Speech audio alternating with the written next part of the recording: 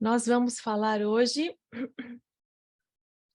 então, sobre a verdadeira educação na vida do jovem, tá bom?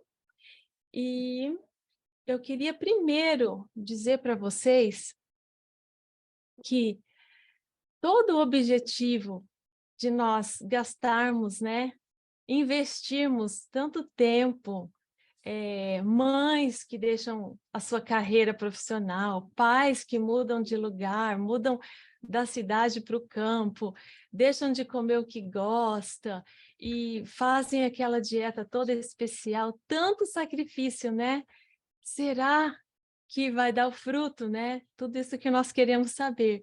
Mas vocês sabem que eu li uma citação muito bonita outro dia, que diz que nós devemos fazer o nosso trabalho sem preocupar, que Deus cumpre as suas promessas, nós devemos fazer o nosso trabalho sem ficar procurando para ver o sucesso.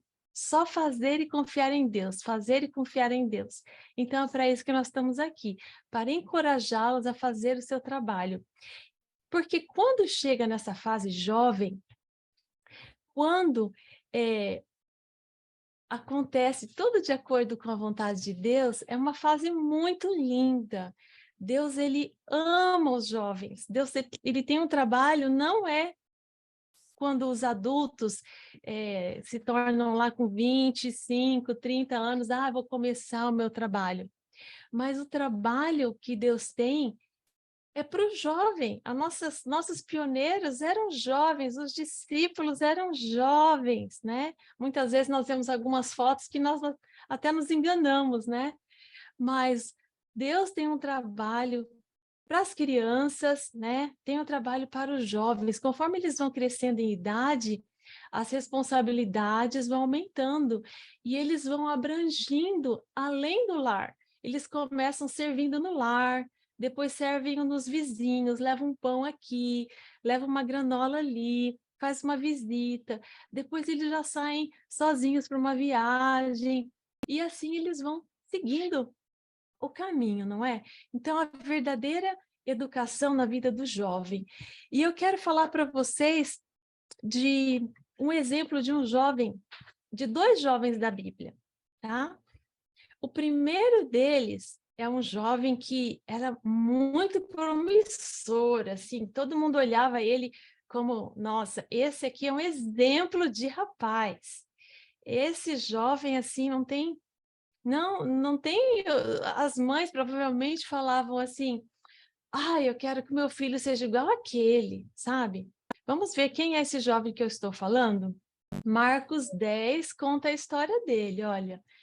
Ele viu Jesus passando e ele correu para Jesus. Aqui diz no desejado que ele correu até Jesus e ele se ajoelhou e ele fez a seguinte pergunta: Bom mestre, que farei para herdar a vida eterna?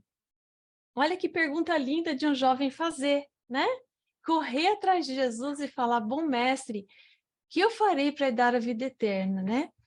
E Jesus foi atraído a esse jovem, mas o jovem foi atraído a Jesus quando Jesus estava com as criancinhas, o Desejado de Todas as Nações, esse livro maravilhoso, diz que quando o jovem viu Jesus pegando as criancinhas no colo, brincando com elas, conversando com elas, abençoando elas, ele teve o desejo de estar com Jesus, ele teve o desejo de ser um discípulo, diz aí, de ser um discípulo de Jesus. E foi assim, maravilhoso esse desejo que aconteceu no coração dele, né? E então, Jesus, ele falou, bom mestre, né? Jesus fez uma pergunta para ele, voltou com uma pergunta, por que me chamas bom? E Jesus fez essa pergunta para fazer ele pensar. Ele pensar, será que você me acha bom mesmo? Eu sou realmente quem você, quem eu sou? Você está pensando certo de mim? Né? Era muito importante que ele entendesse quem era Jesus. Mas olha só, esse príncipe tinha em alta conta sua própria justiça e, na verdade, não pensava que faltava coisa alguma para ele. Contudo, não estava de todo satisfeito. Sentia falta de algo que não possuía. Não poderia Jesus abençoá-lo, assim como fizera as criancinhas, e satisfazer-lhe a necessidade espiritual?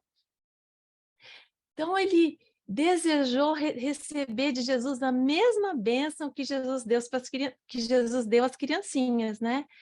Isso é uma coisa boa? É uma coisa muito boa, né? Ele estava no caminho certo? Ele estava. Porém, sabe quando a pessoa faz uma pergunta e ele não acredita que ele realmente precisa fazer aquilo? Não sei se você já tem algum filhinho já perguntou em casa assim, a mãe falar assim, quando a gente terminar o trabalho, pode andar de bicicleta. Aí vai lá, lava a louça rapidinho, aí tem que varrer o chão, mas só, mãe, tem alguma coisa para fazer ainda? Aí sabe que tem, então assim, não sabe a resposta, né? Não quer ouvir a mãe dizer falta alguma coisa ainda, né? O jovem rico não queria ouvir de Jesus o que realmente falta. O que ele queria ouvir é: muito bem, você faz tudo certinho, você guardou os mandamentos. Nossa, muito bem. Olha, você pode ser meu discípulo, porque ele queria ser um discípulo de Jesus.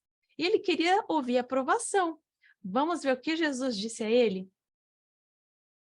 Jesus disse a ele que a obediência aos mandamentos de Deus era necessária. E a resposta do jovem foi: tudo isso tenho guardado desde a minha mocidade. Que me falta ainda? E aí, antes de Jesus responder, ele fez 3 coisas. Jesus contemplou o jovem, Jesus amou o jovem, e então Jesus respondeu. Vocês veem que lindo? Nós pais, né? Quanto nós vamos errar menos se nós seguirmos esses passos, né? Jesus contemplou, amou, e aí ele respondeu. E o que Jesus respondeu então? Vamos ver. Falta-te uma coisa, vai, vende tudo quanto tens e dá aos pobres, e terás um tesouro no céu. Olha que interessante, Jesus deu uma ordem a ele, e Jesus viu que, olha, esse rapaz é um rapaz muito promissor. Ele vai ser maravilhoso se ele se juntar realmente ao meu time de trabalhadores. Olha o que Jesus via nesse homem, nesse jovem, olha só. Jesus viu que esse jovem era o auxílio que necessitava. Viu que esse jovem seria uma força para o bem, viu que ele representaria o Salvador de maneira notável.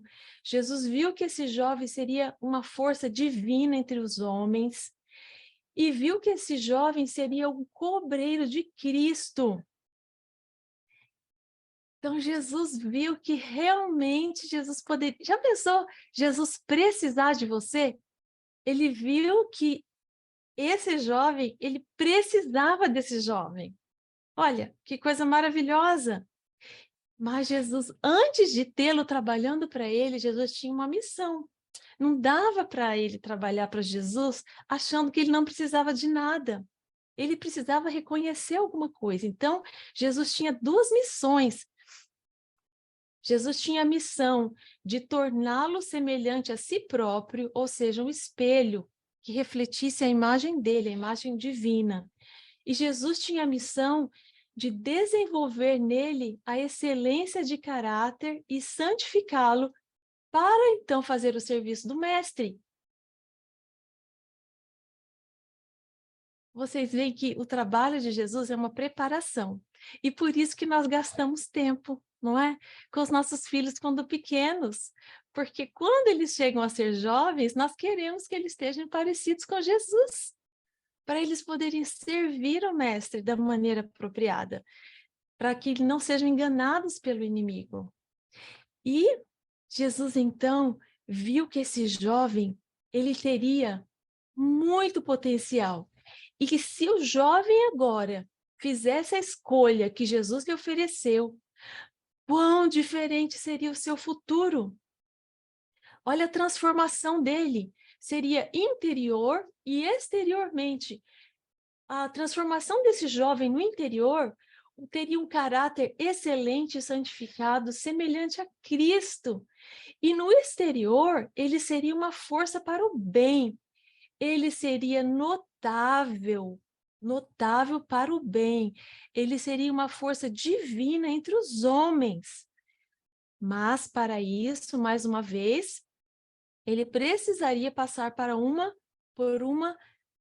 um treinamento, precisaria abrir mão de algumas coisas. Então, eu quero chamar a atenção de vocês para esse texto do desejado. Olha só, essas palavrinhas, por questão do tempo, eu não vou ler todo, vou ler ali a primeira linha. Cristo submeteu esse jovem a uma prova. Ele tinha que fazer uma escolha. Ele devia render o próprio eu, entregar à vontade a direção de Cristo, tinha o privilégio de tornar-se filho de Deus e cordeiro de Cristo no tesouro celestial, mas devia tomar a cruz e seguir o Salvador na vereda da abnegação. Então, olhem só os passos, esses verbos que temos aqui. Esses verbos são verbos, nós sabemos que um verbo, ele reflete uma ação, né? Render, entregar, tomar, seguir. Aí você diz assim, nossa, mas precisava fazer isso? Será que Jesus não podia usar ele? Na verdade, ele era um jovem rico, ele tinha muitos talentos, ele era um jovem reconhecido, ele já tinha influência, ele fazia parte do conselho de judeus, então ele já tinha tanta coisa, ele precisava render o coração ainda, entregar, submeter, precisava, será que Jesus não podia ir trabalhando com ele assim mesmo? Olha o que diz o próximo texto. Cristo apresentou os únicos termos que poderiam colocar o príncipe em condições de aperfeiçoar o caráter cristão. Suas palavras eram palavras de sabedoria. Conquanto parecessem severas e exigentes, aceitá-las e obedecer-lhes era a única esperança para a salvação do jovem. Que maravilha, né? Jesus mostrou a ele o caminho. Quantos de nós não ficaríamos felizes se Jesus falasse assim, olha, falta uma coisa para você. Uma coisa. E Jesus então fala para ele essa uma coisa, e esse agora é o único caminho. Não tem como ele servir a Jesus, não tem como ele estar no céu, se ele não abrir mão disso, render, entregar, né? E qual foi a decisão do jovem? Então ele falou, tá, eu quero sim fazer essa uma coisa, eu quero. O senhor quer que eu venda tudo, dê aos pobres? Quero fazer. Ou será que teve alguma resistência? Vamos ver então o que aconteceu? O príncipe foi pronto em discernir o que as palavras de Cristo envolviam e ficou triste. Então, ele recebeu a mensagem e ficou triste. Por que ele ficou triste? Próximo slide vai nos mostrar aqui. Ele ficou triste porque ele era um membro honrado do Conselho dos Judeus, ele teria que abrir mão, provavelmente, disso. Ele ficou triste porque Satanás tinha enganado ele, estava enganando ele em relação ao seu futuro, com lisonjas. Ele ficou triste porque ele queria as vantagens temporais que as riquezas lhe trariam. E ele não estava disposto a fazer sacrifício. Então, havia um sacrifício a ser feito. Ele teria que abrir mão de um futuro que Satanás estava dizendo que iria ser promissor, Satanás estava dizendo que ia ser notável. Mas vocês notam que Jesus estava dizendo a ele, Jesus queria que ele fosse notável, ele seria uma força notável, não sei se vocês lembram nos primeiros slides. mas notável para o bem. Então, tudo o que o jovem deseja, Jesus, ele dá, só que de uma maneira maior, mais completa e influenciando para o bem. Então, as mentiras que Satanás põe, jovem, na cabeça, assim, você vai ter muito dinheiro. Jesus pode dar muito dinheiro, se é isso que você vai precisar para o serviço dele, mas vai ser usado para o bem. Se não vir de Jesus, se vir de Satanás, porque Satanás pode fazer uma pessoa rica também, não vai ser usado para o bem, vai ser usado para a morte eterna das pessoas e a sua. Então, não vale a pena arriscar, não é mesmo? Porém, ele queria ser notável, ele queria fazer diferença no mundo. E Jesus queria usá-lo para fazer a diferença no mundo. Jesus queria usá-lo, mas de uma forma para o bem. E o jovem, ele disse a Jesus que ele guardava todos os mandamentos. Tudo isso eu faço desde criancinha. Então, vocês veem que esse jovem é um jovem que cresceu em um lar onde ele foi ensinado os mandamentos. Nós não estamos falando aqui de um jovem que conheceu a Deus quando ele se tornou adulto, ou assim, há 2, 3 anos atrás. Não, ele já fazia isso. Aí ele já tinha uma educação cristã, vamos dizer, né? Ele tinha uma educação, mas será que essa educação estava ajudando e contribuindo a ele? Ele guardava os mandamentos, como ele dizia que ele guardava. Vamos ver aqui. A sua afirmação de haver observado a lei divina era um engano. Olha o que diz o desejado. Porque ele mostrou que as riquezas eram o seu ídolo. E então veio a resposta. Aqui é a resposta dele. E olha, essa parte desse capítulo do Desejado de Todas as Nações. É a frase mais triste que eu encontrei. Prestem atenção nessa frase, a frase mais triste desse capítulo. Ele, o jovem, né, recusou o oferecimento da vida eterna e foi embora. E haveria um mundo, daí em diante, de receber sempre o seu culto. Vocês percebem?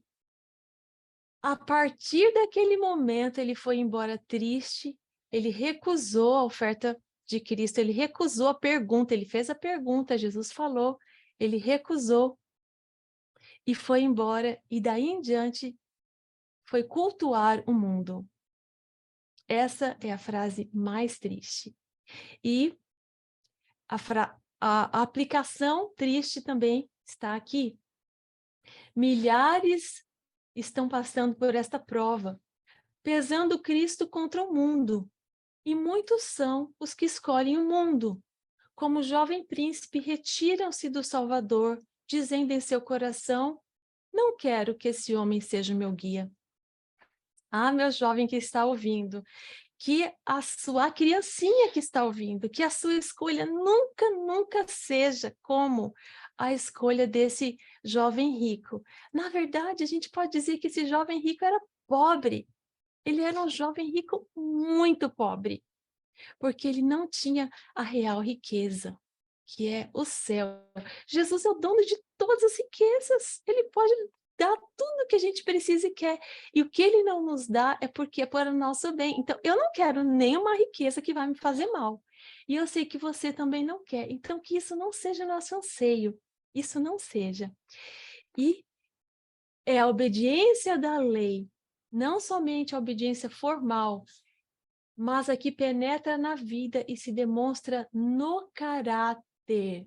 Não existe como nós estarmos no céu sem obediência à lei. Nós precisamos deixar, largar, desenrolar tudo que nos prende a coisas aqui. E ele tinha, essa foi, então, a educação. Eu não coloquei aqui a verdadeira educação, mas eu coloquei essa foi a educação na vida do jovem rico.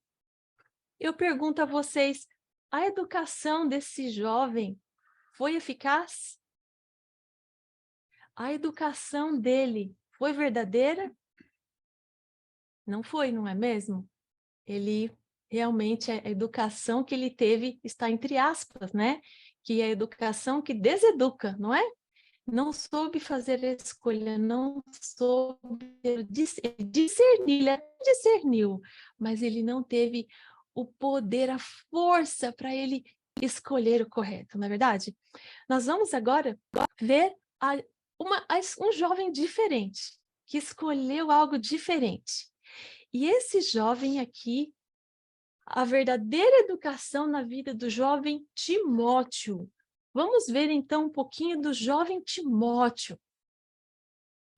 Eu quero falar para vocês algumas preciosas lições.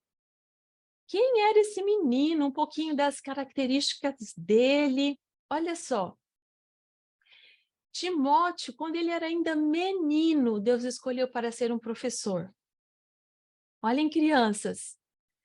Quando Deus escolheu Timóteo, quando ele era uma criança, um menino. Então, não importa a idade que você tem, Deus já te escolhe para você fazer um trabalho para Ele. Deus está escolhendo hoje as crianças para trabalhar para Ele.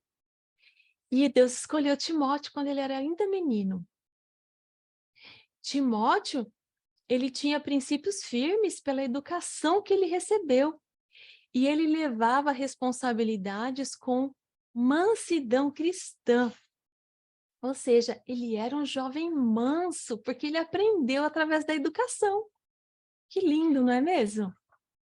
Também, cada passo que Timóteo dava na sua vida, desde criança, ele ia crescendo, ele pensava, é esse o caminho do Senhor?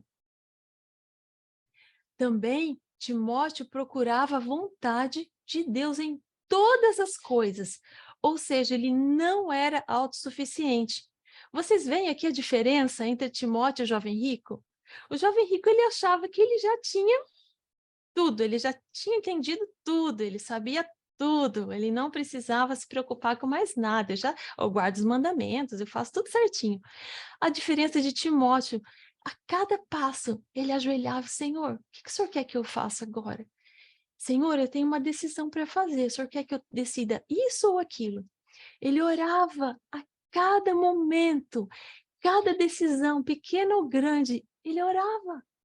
Olha que simples, olha que fácil, aonde você estiver, você pode praticar isso. E é isso que ele fazia. E uma coisa linda, ele consagrava todas as habilidades ao serviço de Deus.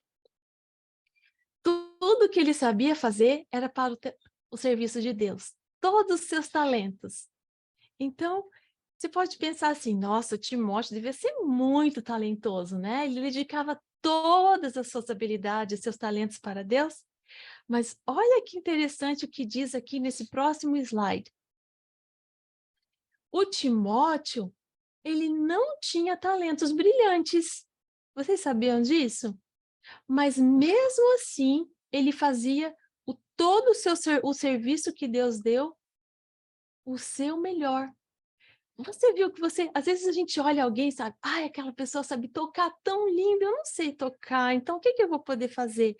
Não, você tem uma obra, criança e jovem, que só você pode fazer no reino de Deus. Só você. Você vê outra pessoa fazendo, não, eu queria fazer aquilo. Não é o que o outro está fazendo, que Deus te chamou para fazer. É algo que você tem, que Deus vai falar para você. O propósito, o seu propósito na vida é seu. E ninguém pode ocupar o seu propósito. E quando você vê alguém pregando, tocando um instrumento, ou assim, viajando, ou fazendo coisas que você pensa assim, ai, se eu pudesse fazer isso, aí eu ia servir a Deus, mas como eu não posso, então eu não tenho muito para fazer. Lembre de Timóteo, ele não tinha talentos brilhantes, mas ele era um menino brilhante. Por quê? Porque ele submetia a Deus a cada passo, fazia perguntas em todas, todas as suas decisões eram feitas e decididas perguntando a Deus. E por que que ele se tornou um menino assim? Como? Sabe por quê? Sabe por quê, pais? A religião formava a atmosfera do lar de Timóteo. Olha que frase maravilhosa do comentário adventista. Todas as decisões da família eram baseadas na religião. Era assim, hoje nós temos umas férias. O que que a gente vai fazer? Era baseado na religião. Hoje era o feriado. O que que a gente vai fazer? Baseado na religião. Vocês sabem que a cultura judaica, todas as decisões civis, sociais, religiosas, tudo era em torno da educação do jovem. Moradia, alimentação, vestimenta, estudos acadêmicos, tudo é baseado, isso vai fazer o bem para os nossos filhos ou não? Nós vamos morar em tal lugar, a gente vai ganhar bem mais, vai fazer o bem para os nossos filhos ou não? A religião é que manda, a religião é o leme. Vocês entendem que quando eu digo a religião, né? O que Cristo nos diz para fazer. Timóteo aprendeu dos lábios de sua mãe Eunice e sua avó Lóide as verdades da Sagrada Escritura. A gente tem ouvido bastante sobre isso aqui, né? Que coisa simples. As verdades das Sagradas Escrituras. Eu lembro, a gente para e lê em famílias e a gente pensa assim, o que é que eu estou fazendo? Estou preparando o meu caráter, o caráter dos meus filhos para Deus. Pela recordação que guardo de tua fé sem fingimento, e a mesma que primeiramente habitou em tua avó Lóide e em tua mãe Eunice, e eu estou certo que também em ti. Isso aqui foi Paulo que escreveu para Timóteo. Eu tenho certeza que a fé da sua mãe, a fé sem fingimento, a fé verdadeira da sua mãe e da sua avó, está também em você. Então, o Senhor preparou aqui, Timóteo preparou a educação que ele teve para uma mente que poderia formar e moldar para a habitação do Espírito Santo. Olha que lindo! A educação proporcionou um jovem. É isso que nós queremos. A educação proporcionou um jovem com uma mente a ser moldada, viu que é normalmente preparada, a preparação, a educação termina, eu estou aprendendo a cada dia, coisas que eu pensava 10 anos atrás, eu já aprendi diferente agora. A nossa mente está sempre sendo moldada pelo bem ou pelo mal, que seja pelo bem. E o jovem Timóteo tinha a mente dele propícia a ser moldada para Cristo. E então, algo bem interessante que eu queria falar para vocês aqui é sobre a conversão. Sabe, mesmo que nós nascemos na igreja, crescemos, nós precisamos passar pela conversão. O jovem rico não houve conversão. Ele se afastou de Cristo mais e mais. Timóteo, quando ele se converteu, a afeição entre Paulo e Timóteo começou. Então, mesmo que você, jovem, já tenha sido batizado, pode ser que você ainda não tenha sido convertido. A conversão, ela nos aproxima de Cristo. A conversão, ela nos aproxima. E a conversão, às vezes, não é algo assim, num dia. A conversão, ela é constante, ela é todos os dias. Alguns têm um estalo, de repente, eu descobri, daquele dia em diante. Mas para muitos é dia a dia, é dia a dia. Então, jovem, a conversão vai te atrair mais e mais as pessoas que trabalham com Cristo, ou vai te afastar mais e mais. E esse jovem convertido, então, se aproximou de Paulo e ele teve algumas responsabilidades, então, dadas por Paulo a ele. Olha que coisa mais linda! Olha o que Paulo disse. Paulo, ele sabia que ele estava para morrer rapidamente, muito em breve. E ele então chamou Timóteo e ele passou algumas responsabilidades. Pregue a palavra, Timóteo. Cuide de todas as coisas. Pensem que ele é apenas um jovem, tá bom? Um jovem. Resista às aflições. Faça o trabalho de um evangelista. Explique os resultados exemplifique os resultados de seu ministério. Guarde a igreja de heresias e fábulas. Elimine todas as buscas temporais que o deixem enrolado e que te previna de dedicar totalmente ao trabalho. Então, imagine você dizer para um 16, 17, 18 anos, um jovem, guarde a igreja de heresias, guarde a igreja de fábulas, guarde a igreja e não se enrole com nada que vá te prevenir. Então, tem jovens, às vezes, que se colocam em dívidas.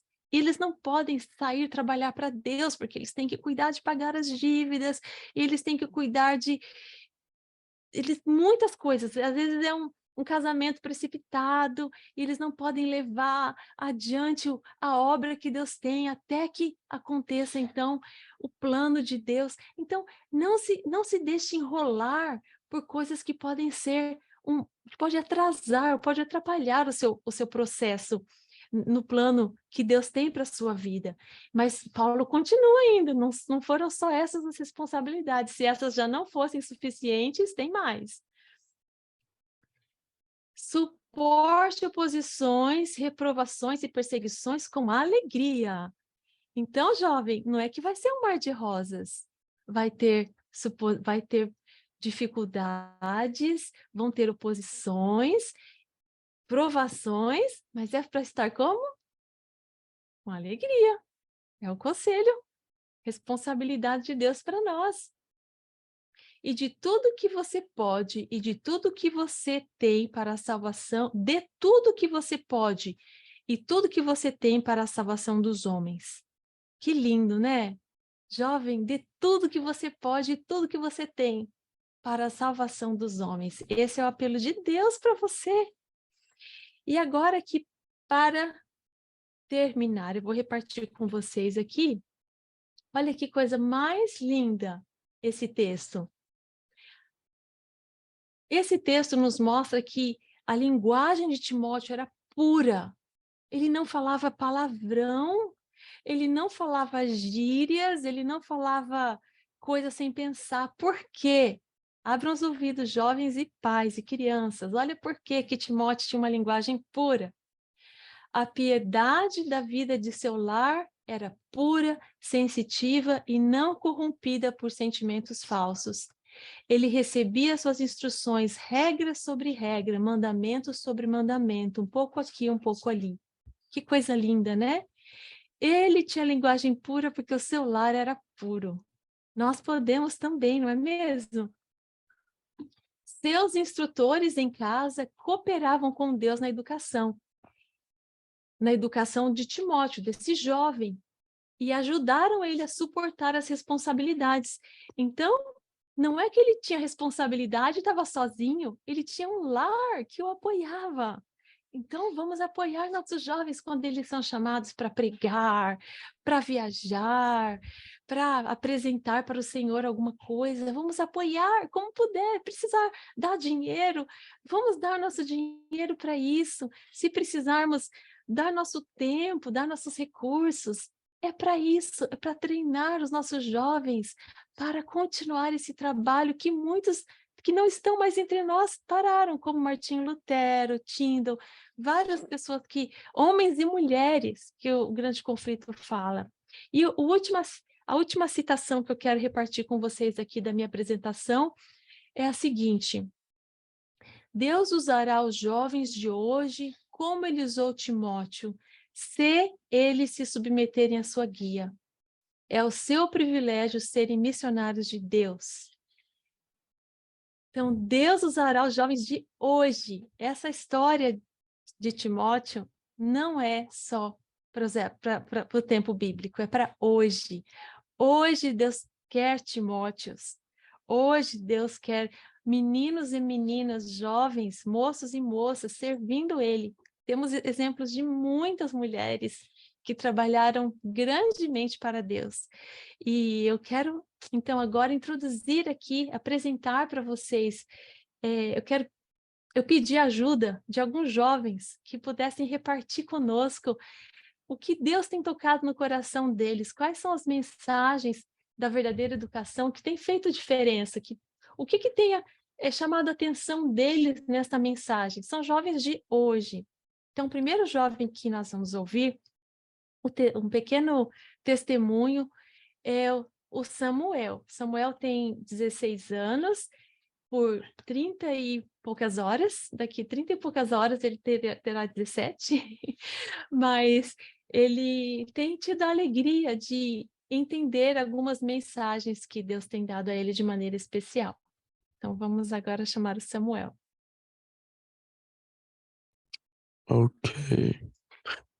Então, cada pessoa tem um propósito neste mundo, certo?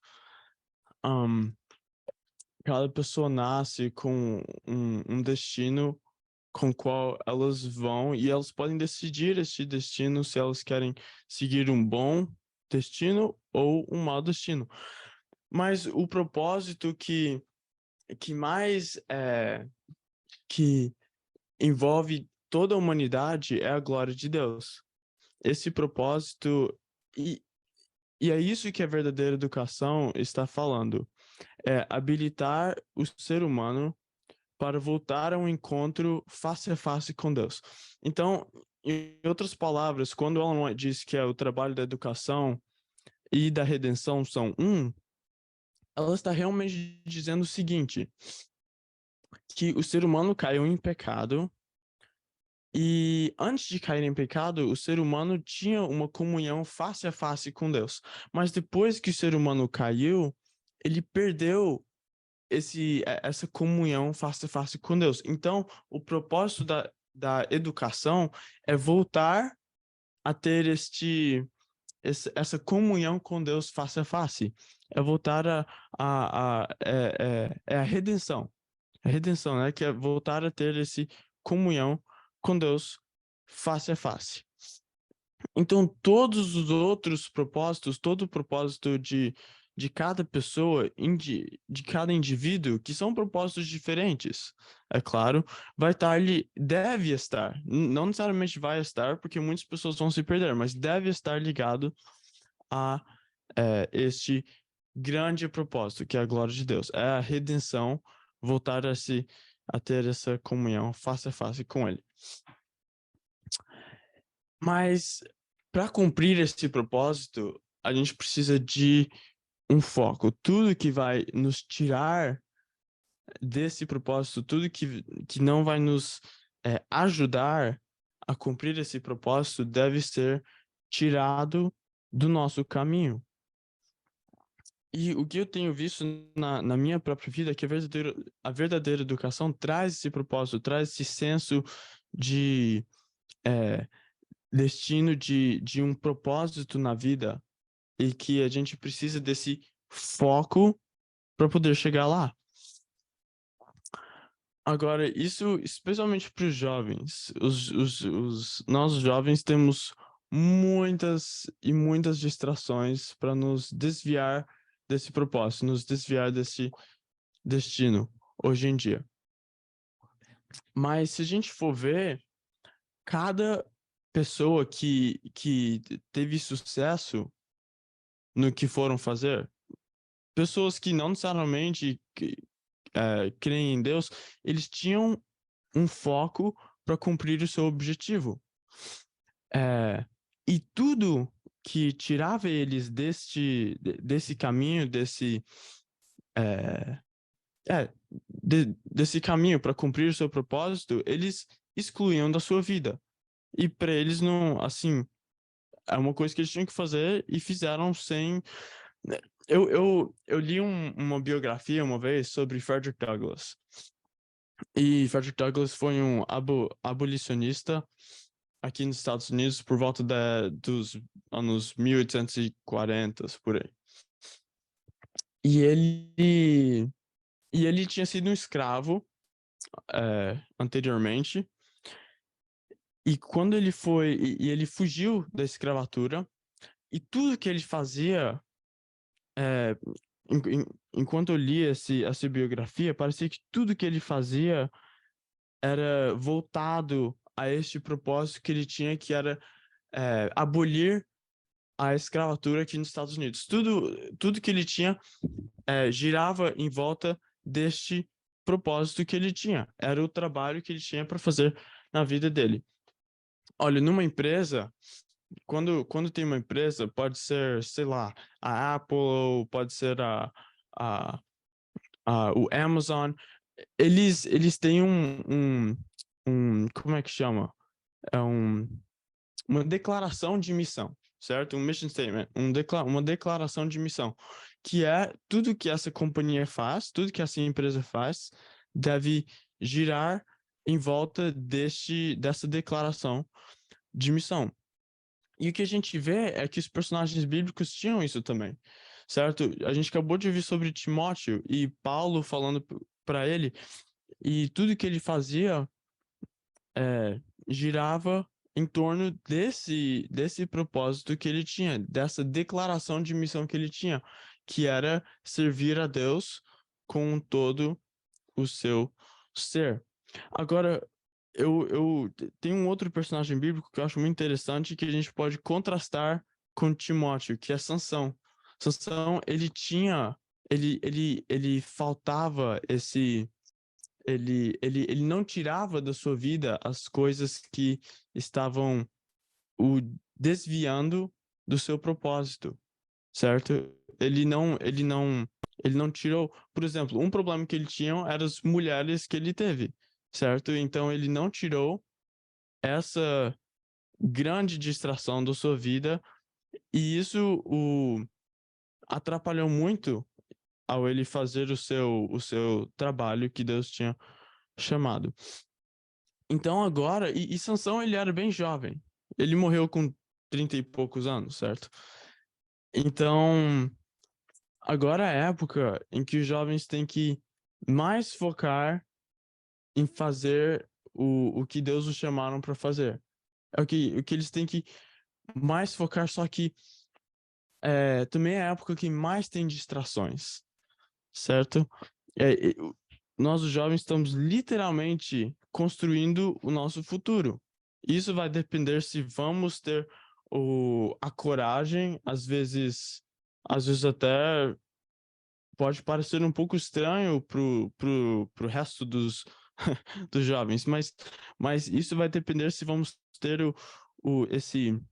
essa missão de tirar da nossa vida tudo que vai nos inibir de cumprir essa missão.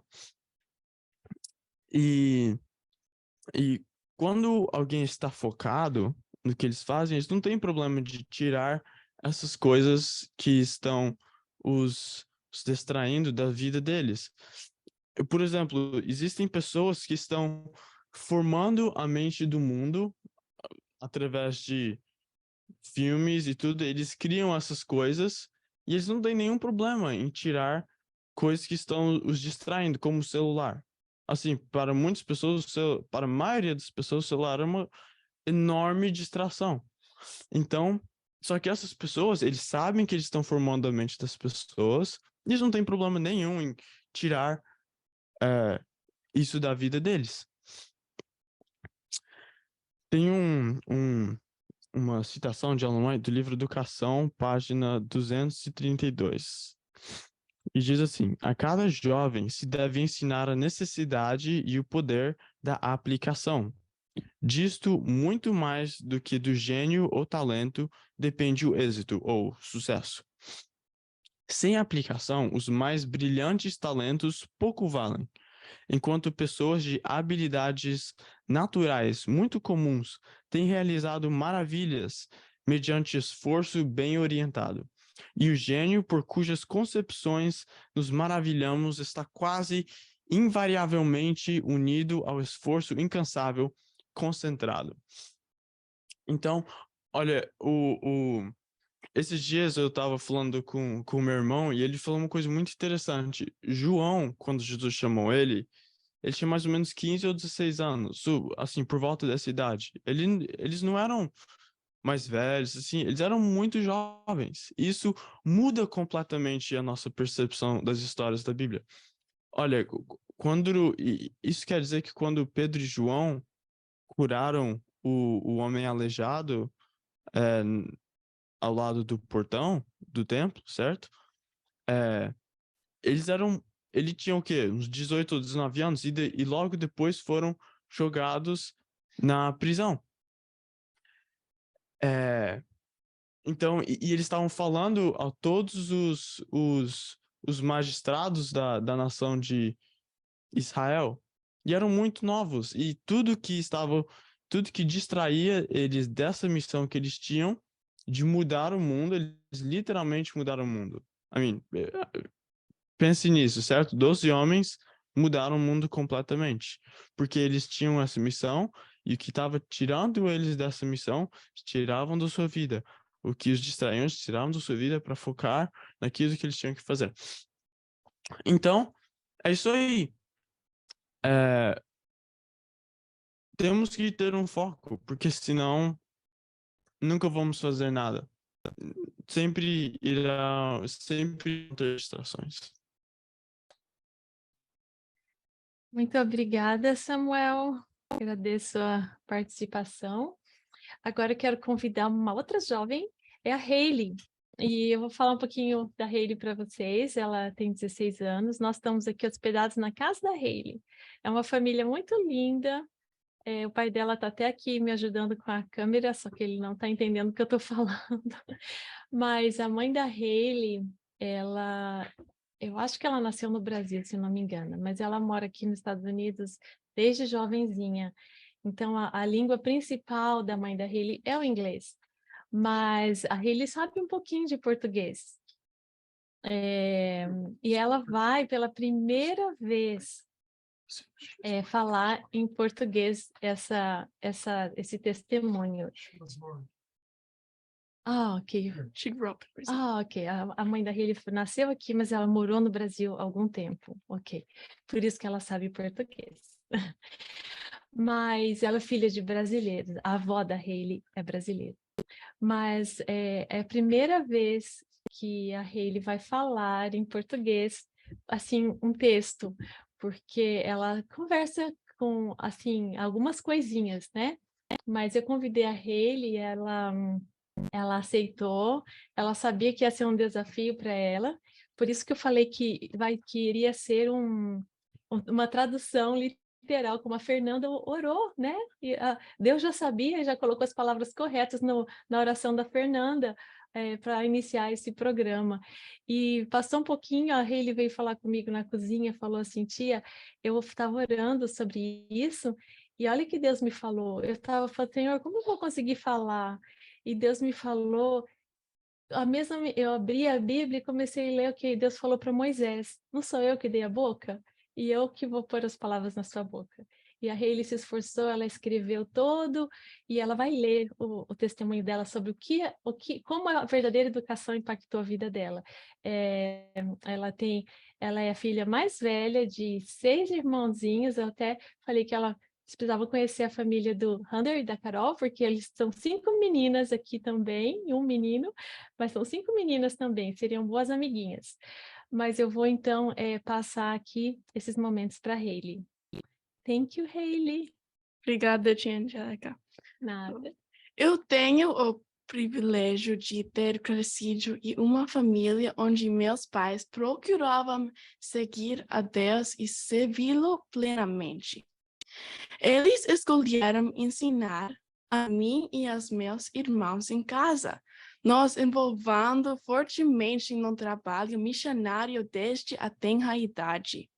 Eu cresci tendo meus pais como meus professores e desde cedo aprendi muitas coisas sobre Deus. Ele foi a base da minha formação.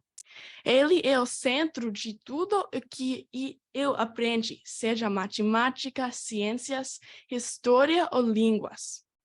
À medida que cresci, vi muitos dos meus amigos indo para a escola. Comecei a ouvir relatos entusiasmados das coisas que eles aprenderam e dos amigos que fazem lá. Às vezes, eu quase desejava poder ir para a escola também, mas gradualmente comecei a ver mudanças em muitos deles.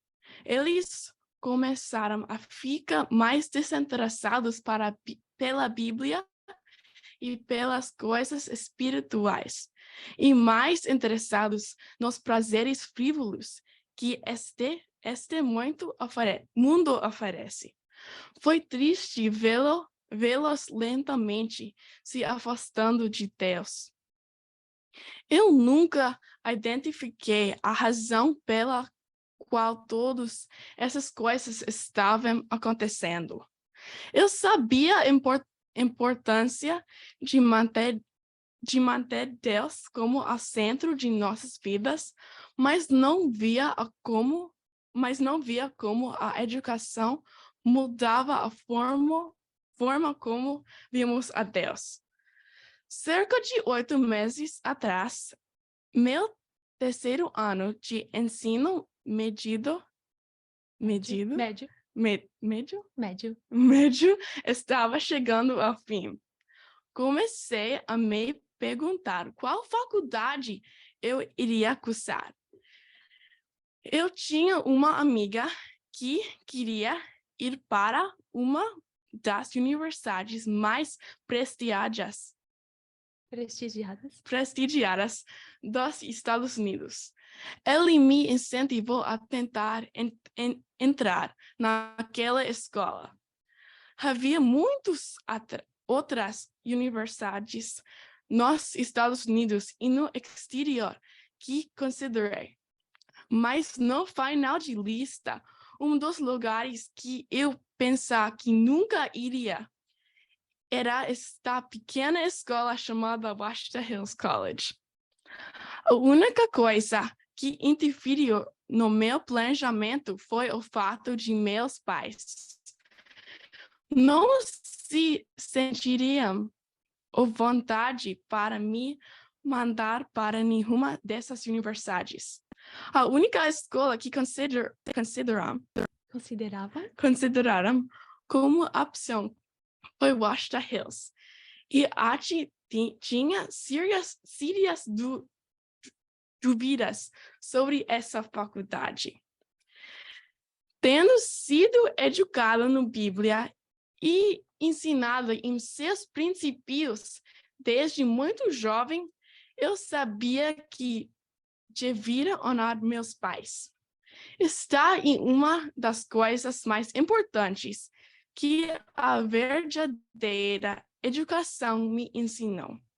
Então, eu orei sobre isso. Pedi a Deus que abrisse as portas e me mostrasse para qual escola Ele queria que eu fosse. Mas eu nunca entreguei a Ele totalmente. Eu essencialmente disse: Senhor, pode ir até aqui, mas não além.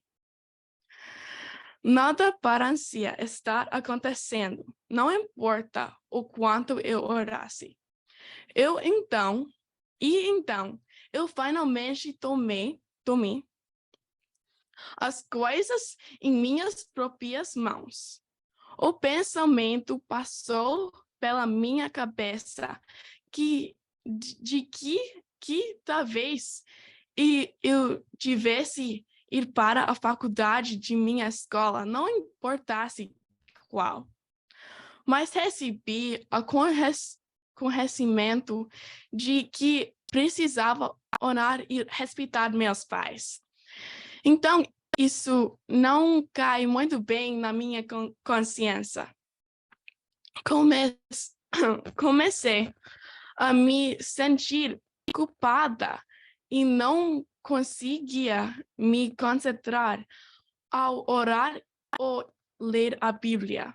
Esse conflito de submissão à vontade de Deus estava se pondo entre mim e minha conexão com Deus.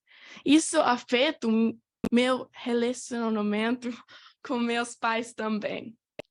Chegou ao ponto de não aguentar mais. Eu sabia que seria impossível sobreviver sem minha conexão com Deus.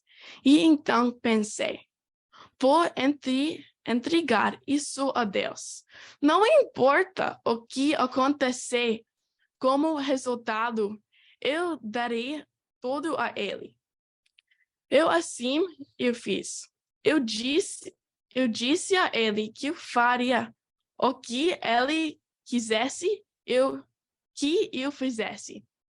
Eu ainda seguiria mesmo se Ele quisesse me levar para Washington Hills ou para as selvas de África. Naquela mesma noite, as Gomides virão nos visitar, enquanto minha mãe conversava com tia Angélica. O assunto começou a gravitar em direção à educação. Como ela trabalha na escola, seguir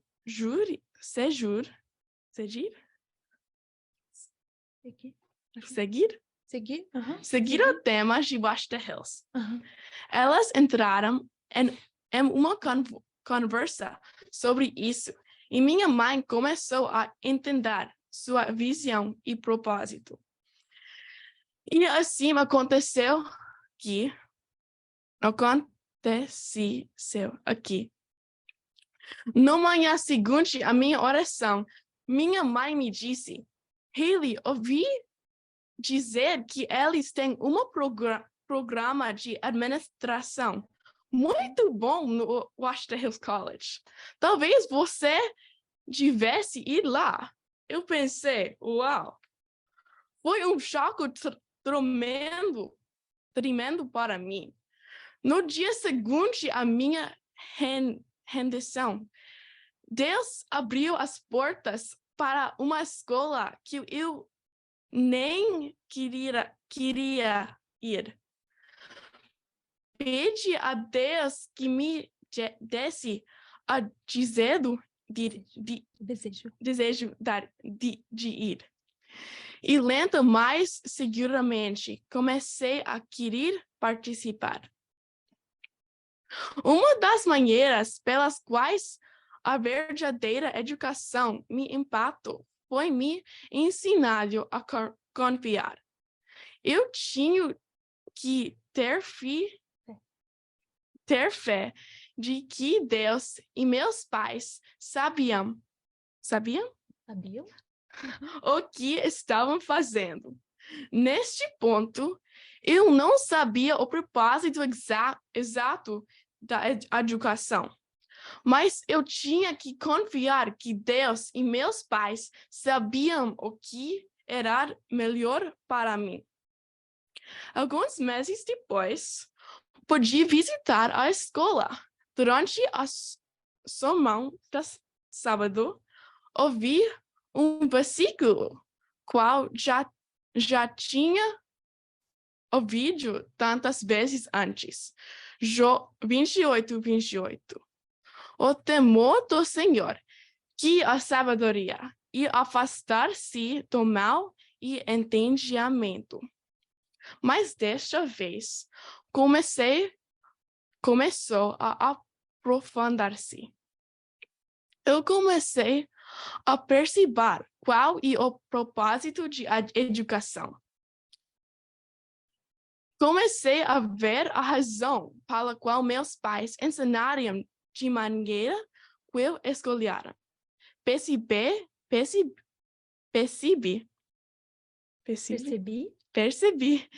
que o objetivo de obter educação não é apenas receber informações. Foi para me ajudar a construir a caráter, para recriar a imagem de Deus em minha mente e me preparar para uma vida de serviço bem-sucedido. sucedido. Era para me instruir e me guiar no caminho da vida. Isso me ensinaria a temor do Senhor e me mostraria como distinguir entre o bem e o mal. Agora eu entendi o que era a verdadeira educação. Tudo fazia sentido agora. A razão pela qual eu estava tendo dos meus amigos ficando desinteressados por Deus e pela religião era por causa do tipo de educação que eles estavam recebendo. E embora eu tivesse minhas lutas, a educação que recebi me ajudou a me aproximar de Deus. Aprecio profundamente a escola que meus pais fizeram de mim, dar uma educação centrada em Deus. Isso mudou minha moral, impacta a maneira como vejo a vida e me tornou a pessoa que sou hoje. Sem isso, não sei onde estaria. Mas com isso, louvado seja Deus, estou no caminho que conduz ao céu. Thank you so much, Hailey. Muito obrigada, Hailey. Vocês viram que foi algo bem preparado, bem especial. Ela praticou muitas vezes e eu tenho certeza que o testemunho dela vai abençoar muitos jovens, né? Que às vezes ficam na dúvida, será que eu devo seguir o que os meus pais falam? Será que é isso mesmo, né? Meus pais estão aqui tentando educar, fazendo o melhor que eles podem, mas será que é isso mesmo? Aquela duvidazinha?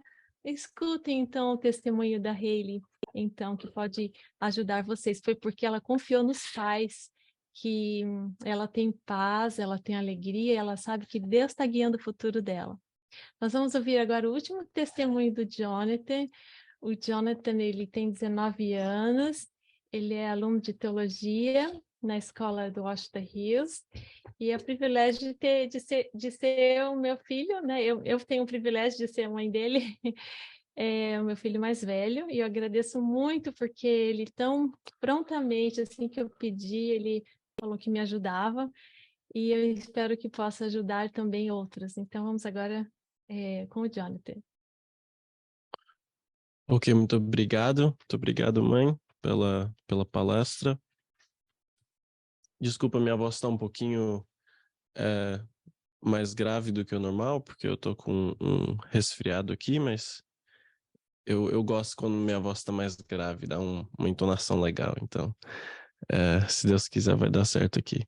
Então, eu sou um estudante profissional agora, essa é a minha profissão.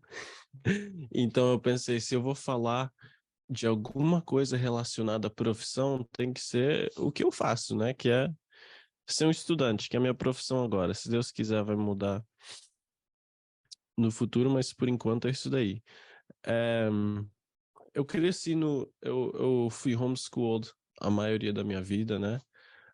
Começando desde que eu era pequenininho. Eu fui para a escola pela primeira vez quando eu tinha 6 anos, né? 6 anos, eu acho. 3 meses. Eu fui para a escola só por 3 meses porque eu não tinha noção de inglês. Aí eu precisava aprender, daí minha mãe me colocou na escola. E foi aí minha primeira exposição a um ambiente maior de ensino formal dessa forma. E foi interessante porque antes dessa experiência, escola para mim era uma coisa que a gente fazia em casa, onde minha mãe ensinava, onde tinha bloquinhos que a gente aprendia, a gente ia lá fora, brincava e corria.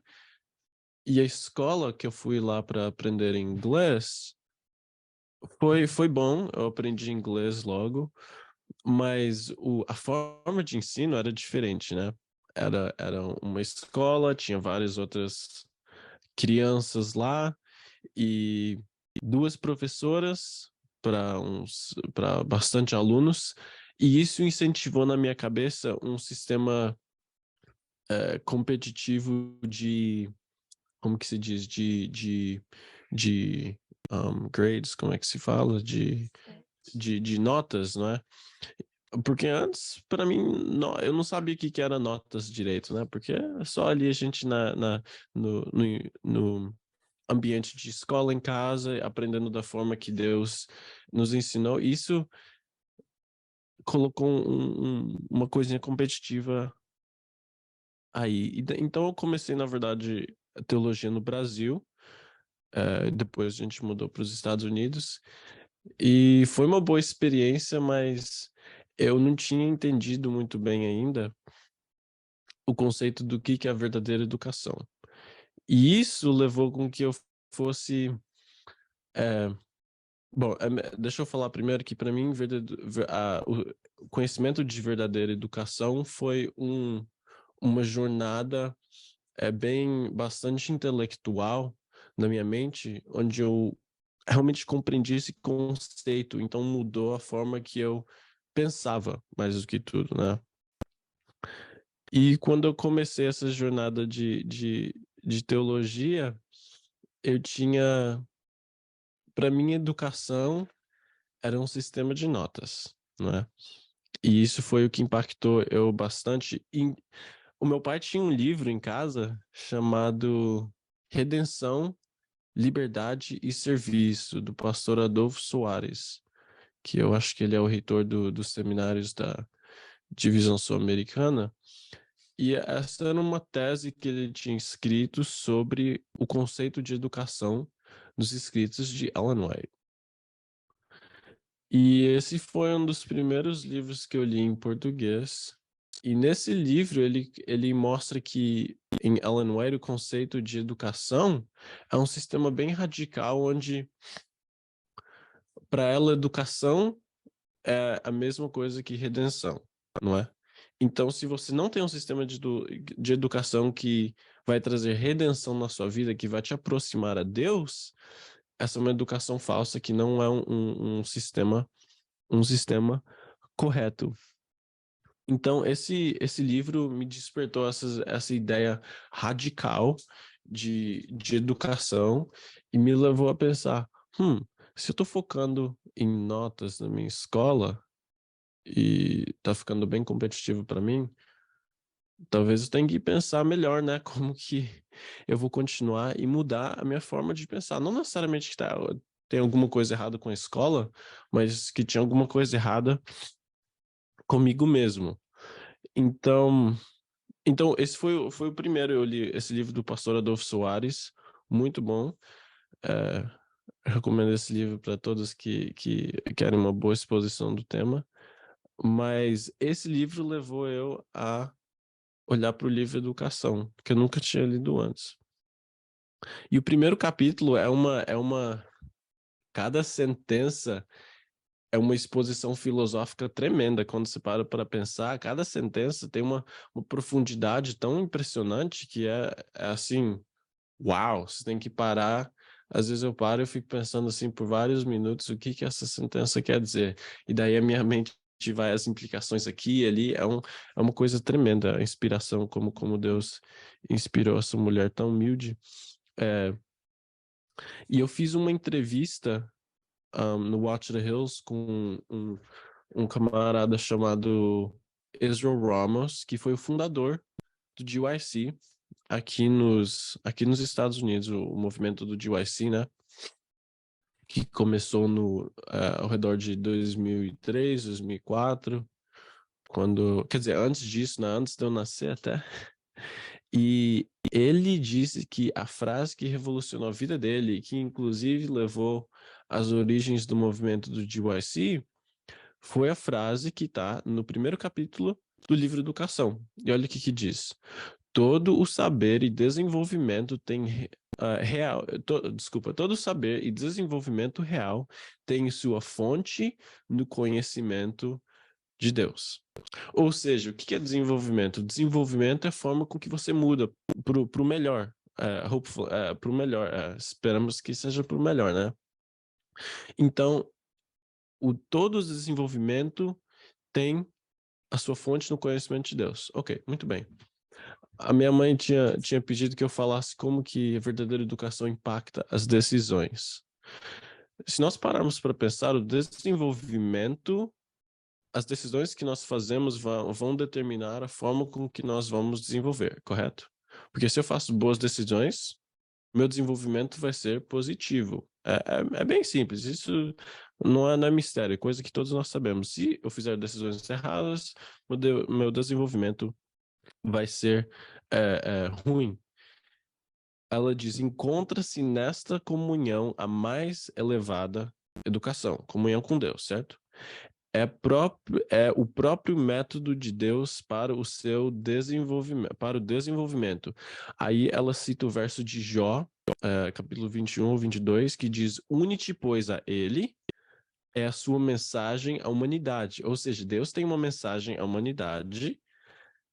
Ela não diz uma mensagem à humanidade, é a mensagem à humanidade. Ou seja, a mensagem de Deus para toda a humanidade, para toda essa família que ele criou, une-te, pois, a ele.